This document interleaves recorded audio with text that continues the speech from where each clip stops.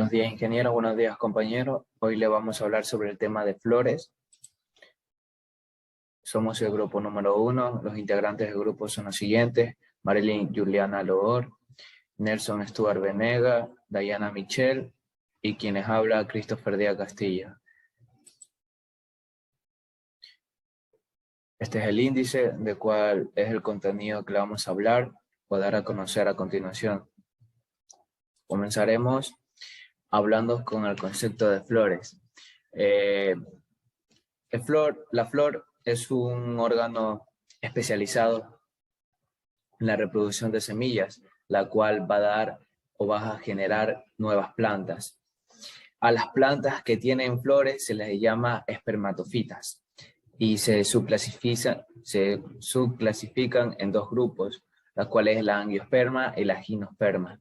Las angiospermas son las semillas que se producen dentro de un fruto, lo cual lo conocemos como la manzana, como la fresa. Las gimnospermas, en este caso, son las semillas que no se producen en cavidades cerradas, como las que son el pino, como vemos aquí, el cedro también, y entre otras. Ahora hablaremos sobre las partes de la flor. La primera parte de la flor es el pedúnculo, que es la parte final del tallo, que es esta parte de aquí, la cual sostiene el receptáculo. Y el receptáculo es el segmento superior del pedúnculo, como dije, lo cual es la estructura que sostiene los pétalos. El perianto es la estructura que se mantiene protegido de los organelos de la flor. Contiene el sépalo, y las cuales también son las pequeñas hojas que tienen la función de dar sostén a los primeros pétalos recién nacidos. El pistilo es un elemento de forma tubular que contiene el aparato reproductor femenino de la flor, que es el ovario o lóbulo que está en esta parte. El gineceo es el aparato reproductor femenino y a su vez está compuesto por el estigma. También está compuesto por el tubo polínico, que es desde estos son los ovarios también están compuestos en esta parte, los ovarios y los óvulos están aquí, y desde el óvulo hasta el estigma se encuentra el tubo polínico. Ahora hablaremos sobre el androceo, que el androceo es el aparato reproductor masculino y está formado por el estambre, que es el órgano que produce el polen. También se encuentran las anteras, las cuales están sostenidas por los filamentos, y donde se guardan la reproducción del polen, que es en esta parte de aquí. Por último, los pétalos, que son las hojas especializadas de la flor, que vemos aquí, que contienen características diferentes. Una característica de ella puede ser el color, como vemos aquí esta flor, el color roja, los pétalos. Otra puede ser su forma, de cómo es, y otra podría ser la ausencia o la presencia de un olor o un aroma que contiene siempre una flor. Y la función de esta es atraer a los agentes polinizadores. Continuando con lo que son las funciones de las flores, encontramos tres funciones principales que son indispensables para la naturaleza. Encontramos lo que es la polinización, la producción de semillas y la producción de frutos. En la polinización tenemos que estas son el desplazamiento del grano del polen desde las anteras, uno de los organelos del androceo, hacia la parte superior del pistilo, estigma. La polinización a su vez puede ser de dos tipos. Puede ser la polinización de manera directa e indirecta. En la directa nos dice que el paso del polen hasta el estigma se lleva a cabo sin intervención de factores polinizadores. En la polinización indirecta, el paso del polen hasta el estigma se efectúa en la flor a otra con la ayuda de agentes polinizadores como las abejas, las aves o incluso la mano del hombre. Tenemos un claro ejemplo de la mariposa, que es uno de los agentes polinizadores de las flores que contribuyen al proceso de reproducción. En la producción de semillas tenemos que una vez que el polen ha sido producido y transportado al estigma, se puede producir la fecundación, lo cual se generan nuevas semillas. Estas semillas de una flor son nuevos frutos y las plantas en potencia. Por lo tanto, la supervivencia de especies depende de las semillas que pueden producirse o propagarse de manera eficiente. Tenemos como siguiente punto las estructuras protectoras de las flores. Una flor típica consta de 4 partes, que son los pétalos, los estambres y los carpelos. La parte que produce gametos es la parte estéril de la flor y tiene como función protectora o favorable de la fecundación. A esta parte se la denomina periantío y está compuesta por la cáliz, que son un conjunto de sépalos, y por la corola, que son el conjunto de pétalos. La parte reproductora está formada por el androceo, que son los estambres, que constituyen la parte masculina de la flor, y por el ginoceo, que son los pistilos y los carpelos, y que son las partes femeninas del mismo. Dentro de esta organización histológica tenemos los pétalos y los sépalos, que son similares a las hojas, aunque mucho más sencillas, ya que los pétalos se caracterizan por su variedad morfológica y cromática, y los sépalos por su contenido de cloroplastos que confieren el típico color verde. En estos sépalos son la principal estructura protectora de las flores. Al conjunto de estambres se le denomina androceo. Un estambre típico consta de un filamento cuyo distal se encuentra en la antera. Esta última es un cuerpo alargado, con una invaginación medial que se divide en 2 lóbulos o tecas, conteniendo cada una de ellas 2 sacos polínicos. En estos sacos ocurre la microsporogénesis o la formación de microsporas, que se convierten en gametofito masculino o granos de polen.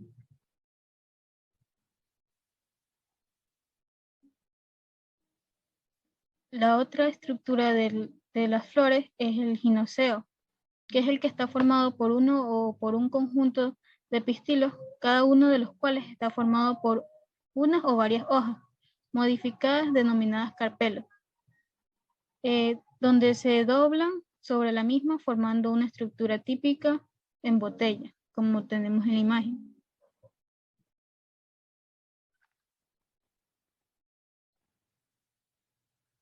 Dentro de esta imagen encontramos lo que es la base dilatada del pistilo, que es un ovario que contiene los rudimentos seminales, que son estructuras más o menos ovoides y que se originan sobre la placenta o sobre una hoja carpelar del ovario, a las cuales quedan conectadas por un filamento o pedicelo denominado funículo.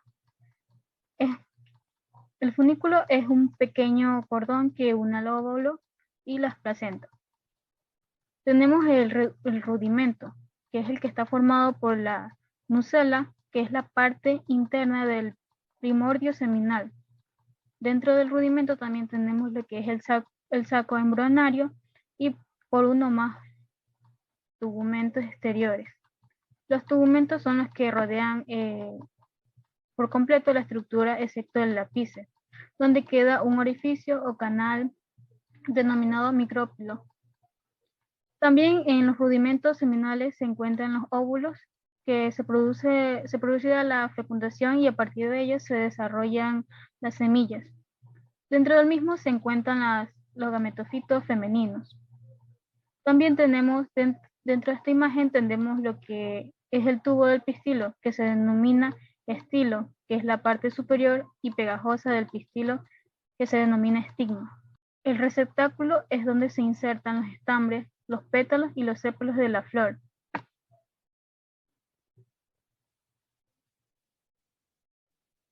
La posición del ovario al receptáculo resulta en 3 tipos de flores denominadas como el ovario superior, cuando el ovario se descansa sobre el receptáculo.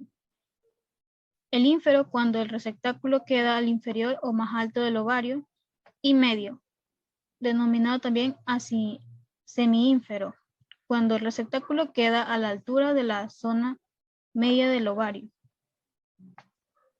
Y como último punto tenemos la cámara donde se encuentran los rudimentos seminales que contienen los óvulos que se denominan locus y pueden haber desde uno o muchos de estos. A continuación va a seguir mi siguiente compañero con la clasificación. Ahora les hablaré sobre la clasificación de las flores. Se clasifica según las partes que presenten, según la presencia de órganos sexuales, según la forma de la corola, según el número de carpelos, según la forma de las inflorescencias y según la simetría floral. Vamos a hablar de la primera, según las partes que presente. En este caso habla sobre que la flor posee todas las partes anteriormente nombradas, de un ejemplo de una flor que le mostré sobre una imagen, la cual no le falta ninguna parte, es completa. Pero si le llega a faltar una, obviamente es incompleta, pero también existe una tercera opción, la cual se la conoce como flor desnuda. ¿Qué es lo que quiere decir? Es que le falta el cáliz, como la corola también. Según las partes que la flor presenta, se puede distinguir en tres tipos de nombrados, las cuales son las siguientes. Son las completas, la incompleta y la desnuda. La completa trata sobre que posee todas y cada una de las partes que hemos visto antes. La incompleta es donde le falta una parte en específico. Y la desnuda no dispone del cáliz ni la corola. Un ejemplo de esto es el guisante, la cual es una flor completa que es ampliamente estudiada por la genética. El segundo caso, la segunda clasificación es según la presencia de órganos sexuales. En este caso se habla del sexo de la planta, la cual hace referencia a la presencia y distribución de las flores completas e incompletas en los individuos de una especie. Y aquí encontramos los siguientes tipos, que son los siguientes. Son la flor hermafrodita, la flor unisual masculina, la flor unisexual femenina y la flor asexual o estéril. La flor hermafrodita es aquella que tiene estambres o carpelos, es decir, androceo o gineceo, que son los aparatos reproductores masculinos y uno femenino. En la flor unisexual masculina solo tiene estambres y por definición es incompleta porque carece de carpelos. En cambio, en la flor unisexual femenina solo tiene carpelos, pero también es incompleta. En la flor asexual o estéril se la conoce porque carece de estambres y carpelos. Un ejemplo de aquello sería el maíz, la cual es una hermafrodita que puede fecundizarse a sí misma. La tercera clasificación es según la forma de la corola. Aquí se habla sobre que entramos en terrenos más complejos y estéticos, pues recordemos que la corola es la parte externa estéril de la flor formada por los pétalos. Si los pétalos que las conforman están separados, es decir, son independientes, diremos que la corola es dialipetala. Dentro de este grupo encontramos distintas variantes, las cuales son las siguientes. La corola cruciforme, la rosácea y la aclavelada. La cruciforme es donde la corola está formada por 4 pétalos iguales y dispuestos en una forma de cruz. En cambio, la rosácea contiene 5 pétalos iguales a la naturaleza ancha. Las aclaveladas son múltiplos de 5 pétalos, todos iguales y estrechos, Un ejemplo de la tercera clasificación serían los dianthus o claveles, muy conocidos, lo cual tiene 5 pétalos. El cuarto caso de clasificación es según el número de carpelos. Aquí se habla sobre, como ya hemos dicho, los carpelos son las hojas modificadas que forman la parte reproductora femenina de la flor. El carpelo está formado por el ovario, el estilo y el estigma. Cuando una flor presenta un solo ovario, estamos hablando de una unicarpela, mientras que presenta varios, se habla sobre una pluricarpelas, lo cual pueden estar unidos o separados. Y son algunos tipos, los cuales pueden ser las unicarpelas y las pluricarpelas. La unicarpelas es donde la flor tiene un solo ovario, como dije anteriormente, y la pluricarpela son donde la flor dispone más de un ovario, las cuales pueden estar unidas o separadas. Un ejemplo de aquello serían los pomos, que contienen un solo ovario. La quinta clasificación es según la forma de la inflorescencia. En este caso, se habla que según el conjunto de flores que salen de un mismo brote denominado inflorescencia, podemos clasificar a las flores de muchísimos tipos, porque existen bastantes, de lo cual son los siguientes. Es en racimo, donde son varias flores con sus propios pedúnculos, se insertan a lo largo de un eje en común. El otro caso sería la espiga, que son inflorescencias racimosas, en la que las hojas son sesiles y el eje central alargado.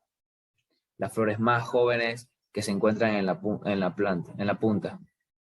El otro caso es la umbela, que en este caso los pedúnculos alargados de cada flor parten de un solo eje principal, como si de un paraguas se tratara. El capítulo, el pedúnculo principal, adapta en forma de plato o receptáculo, donde se colocan las flores, en el caso del girasol. Por ejemplo, en el caso del girasol. El corimbo es donde las flores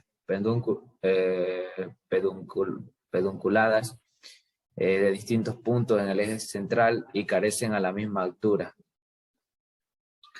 Y por último, el amentos. Los amentos disponen de espigas densas colgantes de flores desnudas. Un ejemplo o varios ejemplos de esta quinta clasificación sería por racimo. La inflorescencia por racimo, un caso sería el nombre ribes, y el otro por capítulo sería las margaritas. Y por último, el último caso de clasificación sería según la simetría floral. Bueno, aquí se habla que la simetría floral se refiere al número de planos presentes en una flor, cuando ésta se observa desde arriba, obteniendo una forma, obviamente.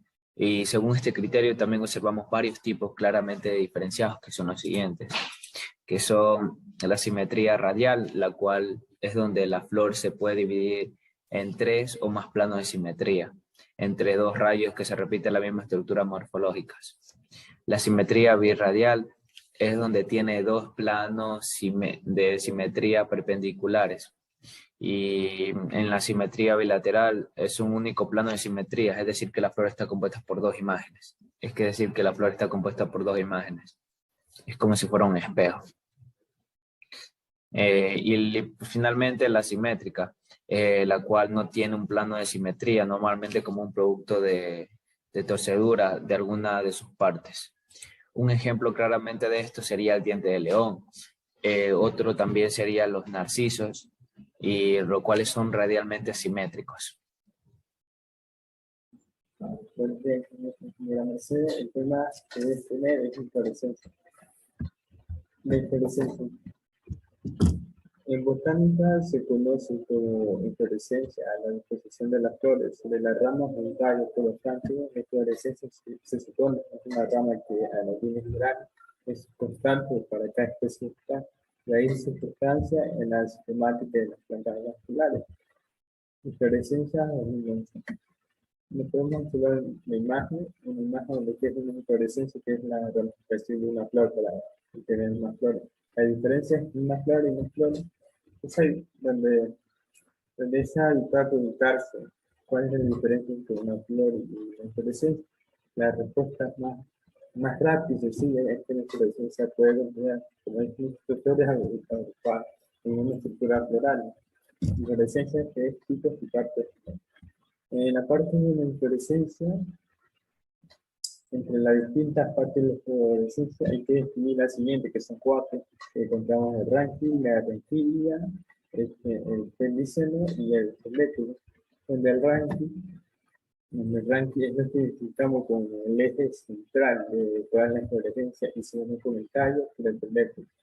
También tenemos lo que es la ranquilla, donde las ranquillas son el eje, laterales, secundarios, terciarios, terciarios, etc. Donde nace el central del ranking. También tenemos el pedicelo, donde es la estructura que nace de ranking, la ranquilla que se tiene en cada flor. También tenemos el folículo, donde el folículo es por donde se une el ranking y el tallo. Ahora voy a hablar de lo que serán los tipos de inflorescencia, clase de inflorescencia. Los tipos de inflorescencia encontramos que hay inflorescencia abierta o raquimosa, o inflorescencia cerrada o cimosa, o la inflorescencia esencial.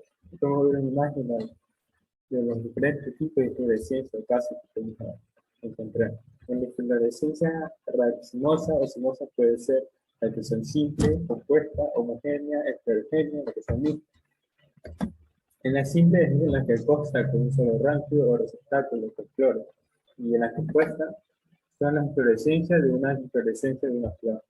La homogénea es cuando las inflorescencias elementales son del mismo tipo que la inflorescencia total. Como ejemplo, tenemos una umbela de la umbela, que es un ejemplo de inflorescencia homogénea. También tenemos las heterogéneas, que están en las inflorescencias elementales, son de distintos tipos de inflorescencia total. En ejemplo, tenemos la espiga de la cerilla, como ejemplo de la inflorescencia heterogénea. Tenemos que son mixtas, es cuando se encuentran con una inflorescencia racimosa y cimosa. Por ejemplo, la cima de un capítulo. Aquí podemos observar las imágenes de los diferentes tipos de inflorescencia. Ahora, más adelante, voy a hablar de tipos de inflorescencia, como la simple, la compuesta, la homogénea y el halo tipo que hay en cada una de estas. Y en la siguiente diapositiva hablaré que sería la inflorescencia simple cimosa.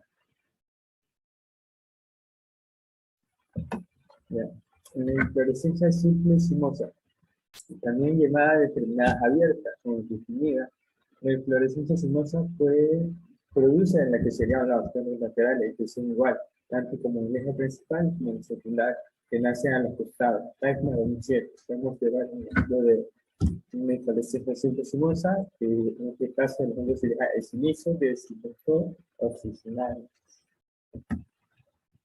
En las diferentes tipos de cimosa podemos encontrar lo que sería el monaco simple, el bócris o bóctrice, el detonado, el sicino, el retiro y el caso.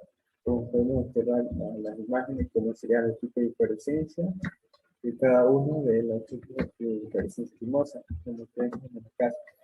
El monocasia es cuando por debajo de la flor primaria se desarrolla una única flor lateral. Por eso sería monaico simple, monaico de uno solo, como el ejemplo del lirio, como podemos observar la imagen del monaico simple que sale de una sola ramificación. Por eso que es monaico. También tenemos el monaico simple, es cuando por debajo de la flor terminal se desarrolla una única sola flor lateral.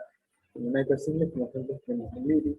También tenemos lo que es el bóctrice o bóctrice, que es una inflorescencia espumosa con sucesivas ramificaciones laterales, donde cada rama se sitúa exponencialmente respecto al plano en medio de su rama madre o como giro siempre al mismo sentido.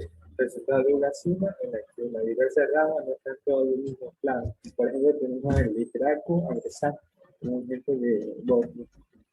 Entonces, en el nivel de vórtice, el tipo de inflorescencia, como dice vórtice, tengo uno que se llama la inflorescencia agrupando, que es una inflorescencia cimosa con sus ramas, solamente de un lado. Y todas son planas y de curva hacia un lado. Por ejemplo, tengo el junco de cráneo, Podemos ver la imagen en el ejemplo de un volcán. También tenemos lo que sería el cecino, que es una inflorescencia cimosa que presenta ramificaciones laterales, dispuestas alternativamente uno por otro lado del eje. Es una cima con la ramita, que no es un plano. Por ejemplo, de ella tenemos la citante opcional.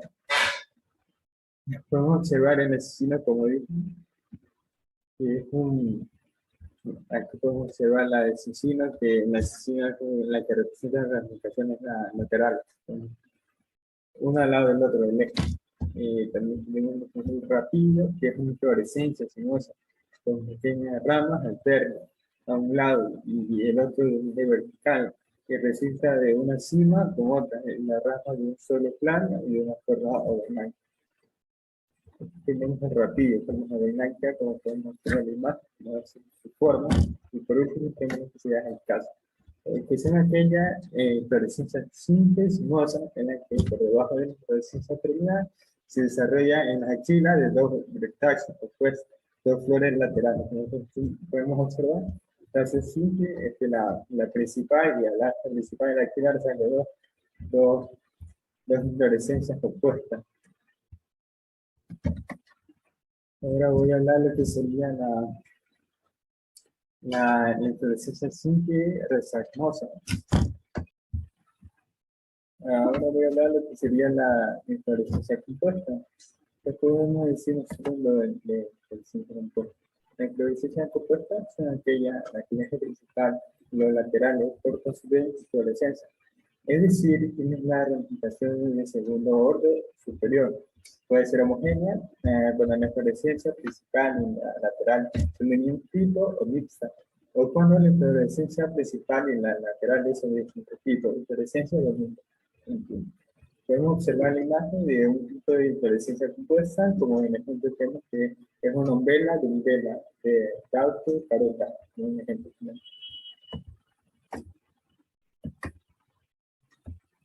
El tipo de inflorescencia compuesta encontramos en zona panícula, umbela de umbela, o umbela doble, espinga de espiguilla, capítulo de capítulo, carimbo de carimbo, y casco compuesto.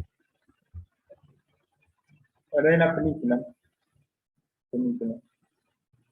Se trata de un racimo, como podemos observar en la imagen, sería el racimo de una inflorescencia. O sea, es una inflorescencia rexamosa, que una inflorescencia principal es un racimo de las flores, que está repasada por otro racimo, en la que las distintas ramas van decreciendo desde la base hacia el ápice, por lo que tiene un aspecto de piramidal, como podemos observar en la primera imagen de la película. También tenemos lo que sería la umbela de umbela. La umbela de umbela es una inflorescencia compuesta, cuya inflorescencia principal es una umbela donde las flores están reemplazadas por una umbela. Donde podemos observar una umbela compuesta, donde podemos observar que donde la umbela es donde la flor está reemplazada por una umbela.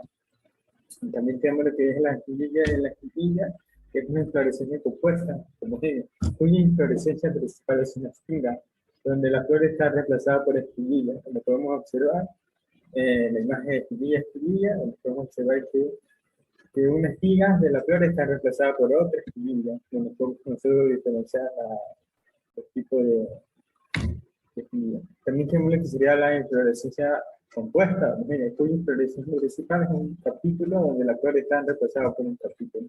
El capítulo, también tenemos lo que sería el carimbo de carimbo. El carimbo de carimbo es una inflorescencia compuesta, homogénea, cuya inflorescencia principal es un carimbo, donde las flores están reemplazadas por el carimbo, donde podemos observar donde cada inflorescencia, donde cada flor sería reemplazada por el carimbo. Y por último tenemos lo que sería el caso compuesto. En la inflorescencia compuesta o homogénea, en la que por debajo de la flor terminal se desarrolla lo que queda de las ramas, que a su vez lleva a un dicacio simple. Y ahora voy a hablar sobre lo que sería la inflorescencia compuesta mixta, donde encontramos el tirso, panícula cerrada, el carimbo de capítulo y el racimo de espiguilla. Vamos a hablar qué nos quiere decir el tirso. Esta es una inflorescencia compuesta mixta, Generalmente la forma de ovaya, cuyo eje central es indefinido y con muchos casos siempre compuestos o laterales opuestos. Como podemos ver el tirso, que sería la primera imagen. También tenemos la que es el carimbo de capítulo. Esta inflorescencia compuesta mixta, cuya inflorescencia principal es un corimbo, donde las flores están reemplazadas por un capítulo. Como podemos y también tenemos lo que sería el racimo de espiguilla, que el racimo de espiguilla es una inflorescencia compuesta o mixta, cuya inflorescencia principal lo que sería que es un racimo, donde la flor está reemplazada por espiguilla. Y también tenemos lo que sería el tipo de inflorescencia, tenemos lo que sería por otro tipo. Ya, en esta encontramos lo que sería la antela. En esta encontramos lo que sería la antela, el lumeruli, el amento, el cilastro, el ciatria. Voy a hablar de lo que sería lo primero, la antela. Esta inflorescencia es compuesta donde las ramas laterales superan la longitud del eje principal o del eje adjuntivo.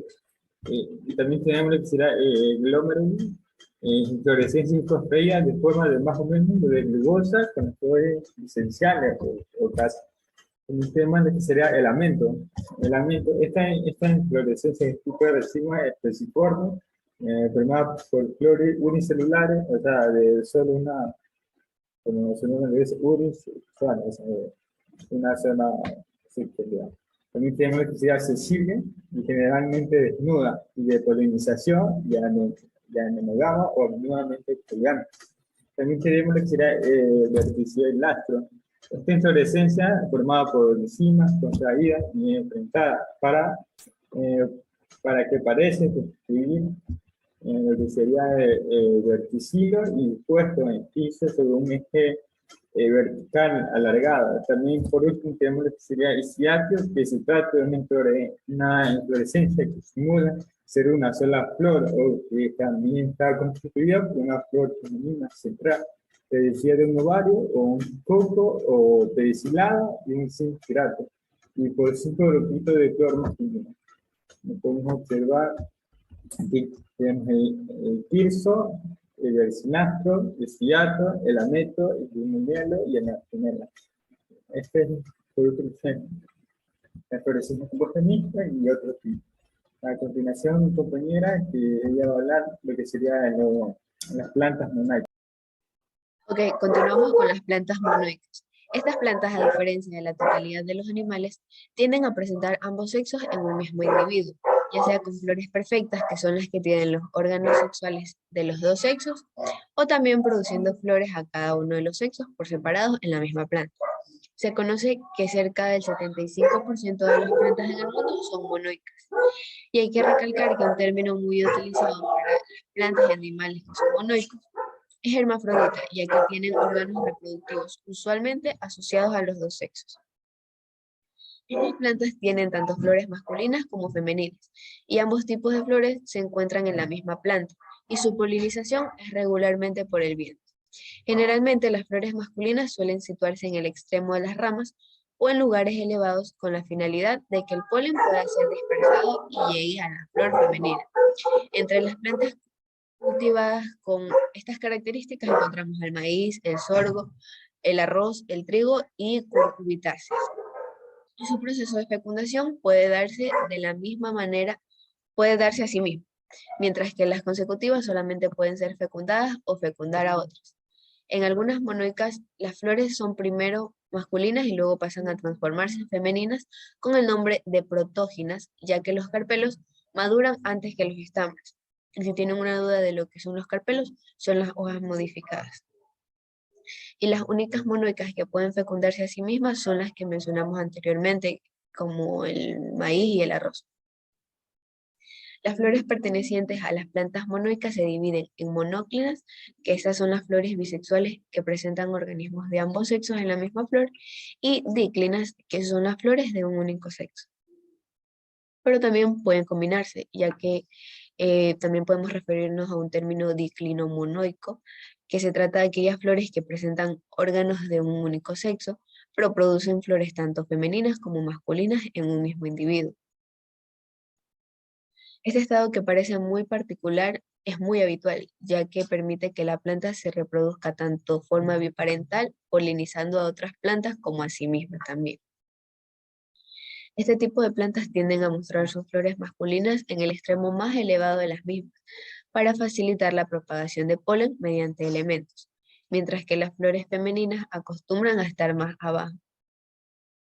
Un dato muy interesante es que algunas monoicas han desarrollado estrategias, digámoslo así, o métodos para evitar la autofecundación y así favorecer más su diversidad.